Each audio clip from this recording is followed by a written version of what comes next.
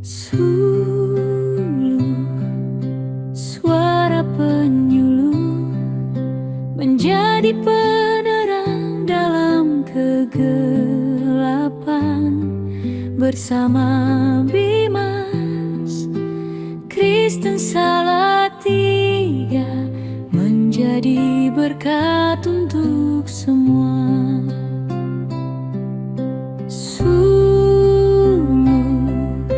Suara penyuluh Bimas Kristen Kementerian Agama Kota Salatiga hadir menjadi terang.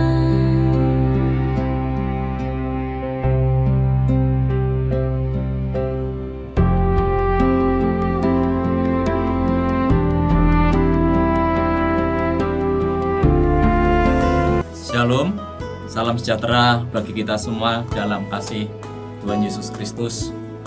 Salam jumpa dalam acara Suluh Suara Penyuluh bersama saya, Sudarto Sarjana Teologia, penyuluh agama Kristen wilayah Kecamatan Argomulyo. Acara Suluh terwujud karena adanya kerjasama yang baik antara Kementerian Agama Kota Salatiga dengan Radio Betani 107.7 FM. Pada kesempatan ini kita akan bersama-sama merenungkan satu kebenaran firman Tuhan dengan tema mengasihi dalam iman dan ketaatan. Sebelumnya mari kita satu dalam doa terlebih dahulu. Bapa kami yang di dalam surga, Allah yang rahmani dan rahimi di dalam Tuhan Yesus, kami sungguh bersyukur kepadamu jikalau pada kesempatan ini kami boleh mau memulai kehidupan sepanjang hari ke depan dengan menikmati pesan firman Tuhan.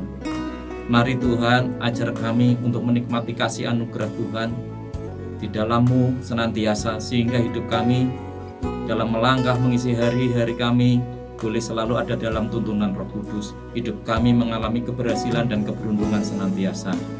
Mari Tuhan, Engkau memberkati kami dalam menikmati kebenaran-Mu. Di dalam nama Tuhan Yesus kami berdoa, haleluya, amin. Bapak Ibu, saudara semua pendengar setia Radio Betani 107.7 FM. Pada kesempatan ini kita akan belajar bersama satu kebenaran firman Tuhan mengenai mengasihi dalam iman dan ketaatan. Kalau kita bilang mengasihi berarti ada kata kasih. Kasih itu merupakan ungkapan hati sebagai wujud rasa suka atau sayang terhadap suatu pihak, terhadap suatu oknum atau apa saja yang menjadi objeknya. Sedangkan iman, dalam firman Tuhan dikatakan bahwa iman adalah dasar dari segala sesuatu yang kita harapkan dan bukti dari segala sesuatu yang tidak kita lihat. Itu kata firman Tuhan dalam Ibrani 11 ayat 1. Jika kita mengasihi di dalam iman, kasih yang sifatnya tidak terlihat, yang abstrak, iman juga sebagai bukti yang tidak kelihatan. Nah,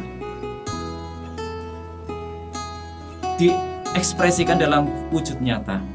Itu sungguh luar biasa. Kasih itu sendiri merupakan dasar dalam membangun kesatuan, kerukunan, harmoni, dimulai dari komunitas terkecil, yakni keluarga. Ingat, komunitas terkecil yang diberkati Allah pertama kali setelah manusia dicipta adalah keluarga. Karena Allah melihat kalau manusia hidup seorang diri saja, yakni Adam, tidak baik. Tapi ketika ada Hawa di sana, ada lembaga keluarga yang diberkati Allah menjadi baik. Ada dasar kasih di sana. Nah, bagaimana kita akan bisa belajar untuk bisa mengasihi di dalam iman dan ketaatan?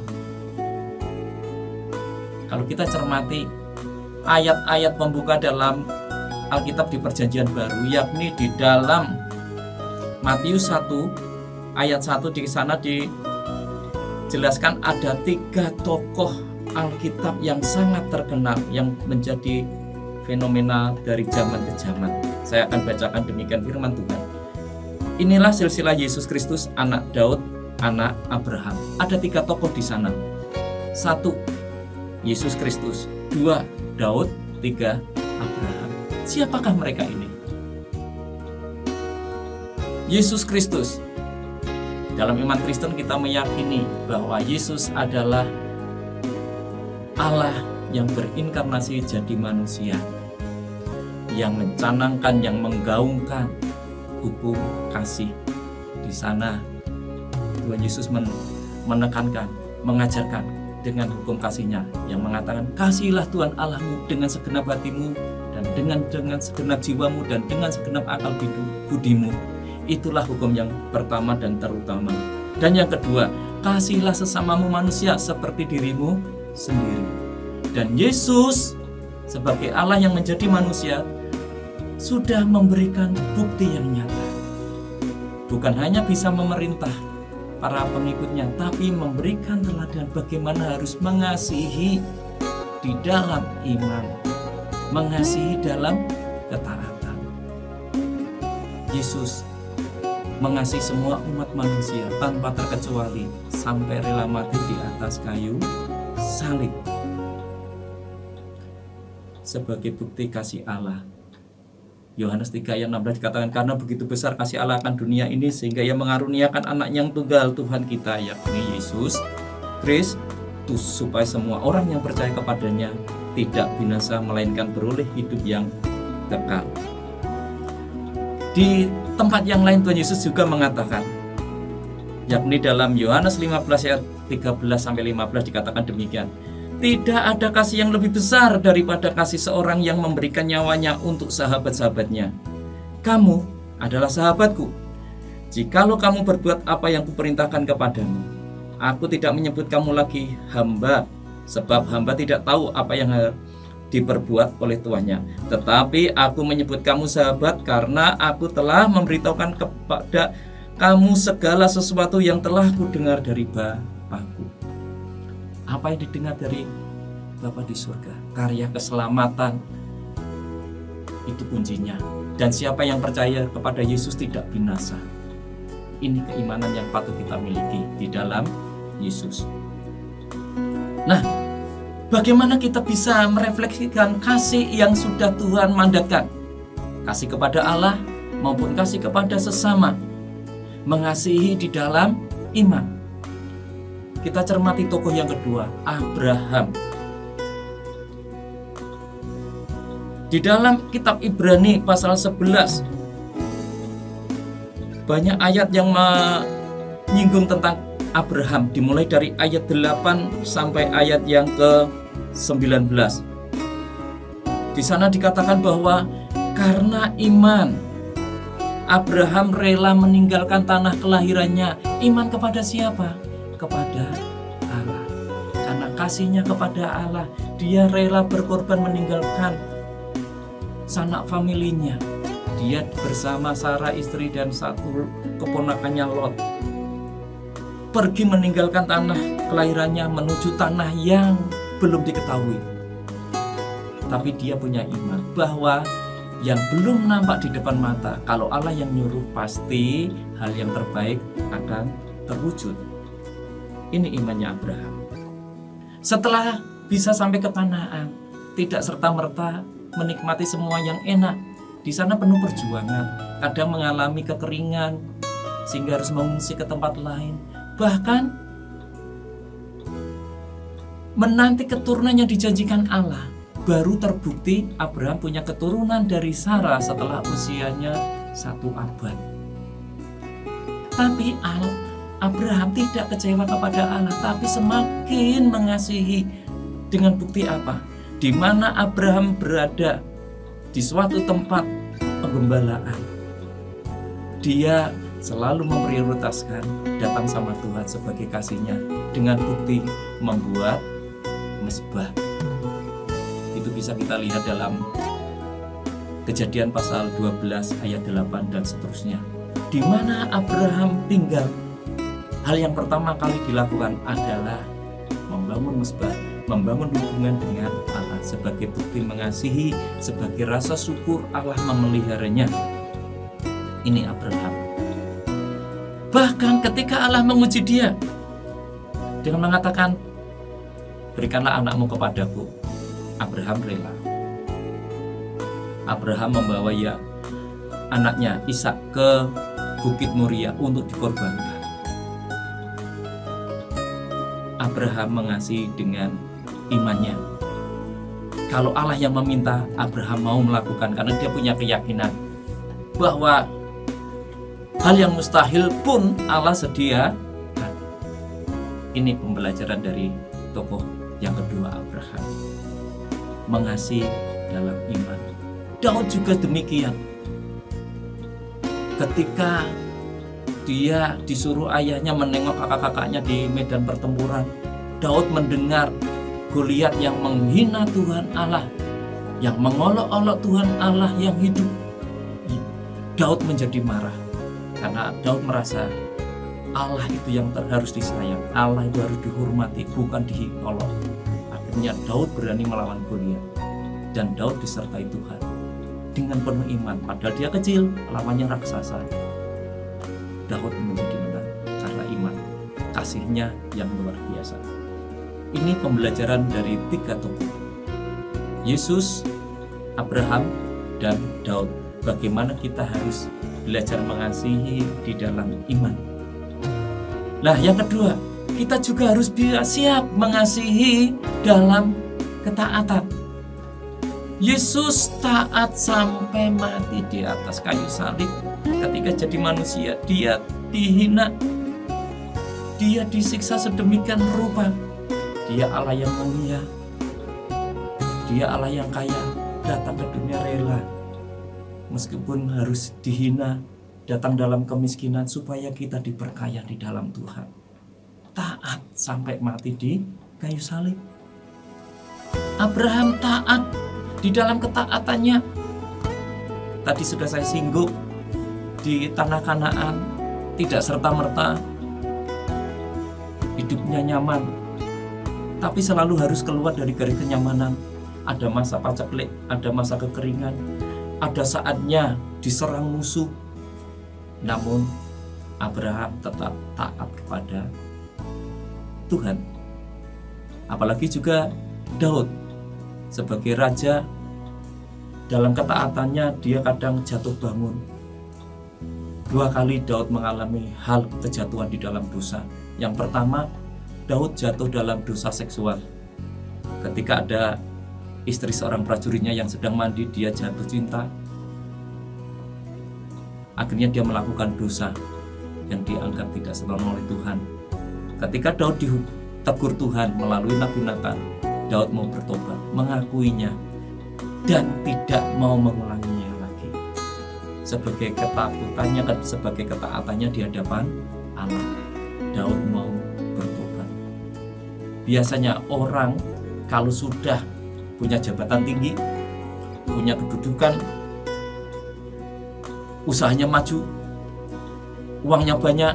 Nah, seandainya itu terjadi pada kita, ada orang yang levelnya di bawah kita, menegur kita, mengingatkan kita untuk hidup benar di hadapan Allah, apakah kita akan seperti Daud, mau merendahkan diri atau malah tersinggung, maki-maki yang menegur kita, atau sebaliknya mengucapkan terima kasih karena diingatkan untuk hidup di dalam jalan yang benar. Puji Tuhan, Daud memberikan keteladanan ketaatan, merendahkan diri di hadapan Allah dan sesama. Dosa yang kedua, ketika Daud mengalami dosa kesombongan, merasa dia menjadi raja yang hebat, Allah menegur melalui Nabi Gad. Dan puji Tuhan, Daud menyadari kesalahannya lagi. Daud tidak mabuk kepayang. Dengan teguran yang ada, Daud mau bertobat, Daud mau merendahkan diri. Nah, kita sebagai anak-anak Tuhan, alangkah indahnya kita belajar mengasihi sesama, dimulai dari lingkungan terkecil kita, keluarga kita, rumah tangga kita, dengan penuh ketaatan. Suami menyayangi istri, suami melindungi istri, orang tua mengayomi anak-anaknya, keluarga besarnya. Demikian juga istri mau tunduk sama suami, bukan malah menanduk. Istri mau sayang kepada suami dalam segala kemampuannya. Dimulai dari lingkungan terkecil, kalau kita bisa saling memberkati. Misalnya saja dimulai dari bangun tidur sebagai suami, ketemu istri, "Selamat pagi mama, hari ini mama baik sekali, hari ini mama nampak cantik, meskipun belum mandi, belum gosok gigi, gak masalah." Demikian juga istri, "Selamat pagi papa, ini kopinya papa, atau ini tehnya papa, diminum dulu selagi hangat." Nah, hal-hal positif ini sebagai bukti ketaatan untuk mengasihi pasangannya akan membangun rumah tangga yang harmonis. Kalau lingkungan terkecil kita sudah adem ayem di dalam Tuhan, niscaya kita keluar dari lingkungan terkecil menuju ke komunitas yang lebih besar. Di lingkungan kerja kita masing-masing, anak-anak di lingkungan sekolahnya, atau kita kebetulan kalau hari Minggu beribadah bersama-sama, ketemu dengan saudara-saudara seiman di gereja, di mana saja kita berada. Kalau hati sudah tenang, ingat, mulut itu adalah pintu hati. Maka yang keluar dari mulut kita, kata-kata yang sedap didengar, kata-kata yang bermanfaat, yang bisa membangun spirit orang lain, kehadiran kita akan menjadi berkat. Ini manfaatnya. Kalau kita mau mengasihi di dalam iman dan di dalam ketaatan, seperti 3 tokoh utama tadi yang saya sampaikan, Yesus Kristus, Abraham maupun Daud, sungguh alangkah baiknya dan indahnya kita akan bisa memancarkan terang kasih Tuhan Yesus. Kita bersaksi bukan melalui tutur kata, tapi melalui sikap hidup kita. Di mana kita berada, kita akan disegani, kita akan dihormati, dan nama Tuhan dimuliakan. Oleh karena itu, mari para pendengar setia kita nih 107.7 FM Salatiga, kita belajar senantiasa untuk hidup di dalam kasih yang penuh ketaatan di dalam Tuhan, supaya kita semakin diberkati Tuhan. Dimanapun saja berada, kita mengalami damai sejahtera dan selalu menjadi pembawa damai sejahtera, karena Yesus Kristus Allah kita adalah Sang Raja Damai. Amin. Tuhan Yesus memberkati. Mari kita akan mengakhiri di dalam doa. Sungguh bersyukur kepadamu ya Tuhan atas kasih-Mu. Pada kesempatan pagi ini kami boleh merenungkan kebenaran-Mu. Biarlah kebenaran-Mu menjadi suluh dalam hidup kami, untuk kami meniti hari-hari kami ke depan, agar kami hidup dalam terang Tuhan senantiasa. Ajar kami ya Tuhan, sebagai pengikut Tuhan yang setia, untuk dapat hidup saling mengasihi di dalam iman dan ketaatan, sehingga menghasilkan kerukunan, karena dalam kerukunan berkat-berkat Tuhan tercurahkan seperti minyak dan embun. Oleh karena itu, ajar kami untuk hidup di dalam terang firman Tuhan senantiasa, sehingga hidup kami selalu diberkati Tuhan, selalu mengalami damai sejahtera daripada Tuhan, dari sekarang sampai selama-lamanya. Di dalam nama Tuhan Yesus kami berdoa. Haleluya. Amin. Tuhan Yesus memberkati. Shalom.